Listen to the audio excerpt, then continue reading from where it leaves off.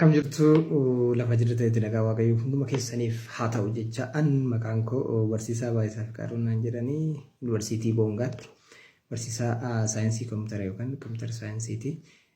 Yeroo dheeraadhaaf yuutuubii maqaan isaa Bixiriqaa Tiyuub jedhu bannee yeroo dheeraadhaaf achirratti afaan Oromootiin dhaloota qubee kana barsiisaa turreerra. Amma garuu yeroo xiqqoodhaaf gaaffii yeroo xiqqoo wayii gidduutti mudateen adda kunnee turre jechuudha. Ammas karaa TikTokii kanaan kan inni as baheef warreen yuutuubiidhaan afaan Oromootiin barnoota saayinsii kompiitaraa wal qabatan kompiitara saayinsii, infoormeeshin saayinsii, sooftiweer injiinaringii fi infoormeeshin saayinsii IT kanaan wal qabatan jechuudha. Akka isaan afaan Oromootiin jechuun terminoloojii mana achi keessa jiran sanayyuu afaan Oromootiin maal jennee waamna. Afaan Oromootiin gaafa hiikamu namoota baay'ee fayyaduu danda'a. Tarii barsiisonni illee kilaasii seenanii gaafa barsiisan afaan Amaariffaatiin harki caalaan isaanii kan barsiisanii ana dabalatee jechuudha. Anumti illee kilaasii keessatti yeroo itti afaan Amaariffaatiin Ingiliffarraa gara Amaariffaatti yoo akka hubataniif ibsuuf jira jechuudha. Kilaasii keessatti afaan Oromootiin illee yeroo itti ibsuuf jira jechuudha.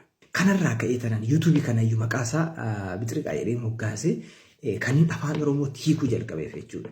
Sababii afaanitiif waan baruu qaban akka isaan hin hanqanne gargaara jechuudha. Afaan qofayyuu miti immoo asitti kan isaan baratan. Diippilii afaan umayyuu dandeessitu yeroo itti diippilii siibsu jechuudha. Kanaafuu karaa TikTokii kanaatiin namoota baruu qaban baay'eetu jira waan ta'eef isaaniif akka sheer gootan jechuudha. Tarii sa'aatii kana addunyaan amma keessa jirru tun harki caalaan ishee kolfa tapha bashannana baacoo garaa kana kan isheen barbaadu. Waan nama kolfisiisu, waan nama bashannansiisu, waan akkasii kanatti yeroo keenya yeroo dheeraasaa dabarsaa jirra jechuudha. Qoosaafis taanaan Bixiriqaan qoosaafis waan hafa qabu miti. Qoosaanis cinaadhaan jijjiiru isallee hin dabal. Garuu inni murteessaan qoosaa waan hin taaneef dhalootaaf kan barbaachisu barnoota waan ta'eef sirriitti dubbisuun akkuma jirutti ta'e asirraas waan xiqqoo ishee ta'u karaallee qabsiisu ta'a waan isaan fayyadu ni jiraata waan ta'eef. Koppii, liink, sheer gootanii namoota barbaachisu biraan akka geessan asumaanis dhaamsa koon isin dhaama jechuudha. Gaafa isin sheer gootan, gaafa isin koppii gootaniif, gaafa isin koppii liinkis waan sana gaafa isin goggootan maal ta'a nama barbaachisu, abbaa barbaachisu bira sa'aatii barbaachisutti gahuu danda'a jechuudha. Nama warra jiran, warra barachuu barbaadan, warra kompiitara saayinsii otoo galee maal fayyadamna, maal barraa, kompiitara saayinsii galee maaliin argadha jedhanii warra yaadaniif isaan afoo bu'uu danda'a jechuudha.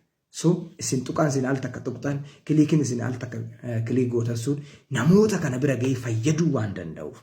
Familiin sanaa qofaa osoo hin ta'in immoo dhaloonni kun barachuu qaba.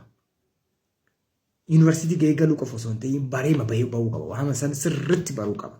So afaan Oromootiin barachuu fi Ingiliffaan barachuun wal qixa miti. So saniif jechaan afaan kanaan akka isaan barataniif irra deddeebiidhaan yeroo baay'ee yuutuubiidhaan yaalaa jira. Yuutuubii irras immoo kanaan dura kan afaan Oromootiin hojjetaman kan kompiitara saayinsiidhaan wal qabatan koorsiiwwan baay'eetu gallaqifamanii jiru waan ta'eef achirras Bixiriqaa Tiyuub jettanii sarchii yoo gootan isiniif dhufa jechuudha. Naannoo fooloowarii yookaan immoo sabiskiraayibarii naannoo 4,000 oliitu irra jira kan kootirra. Isa sanaan akkasiin na hordoftanii fi namoota barbaachisu biraan akka nageessan abdiin qaba. Afaan Oromootiin dhaloota qubee kan kompiitaras haa barsiifnu isiniin jedha.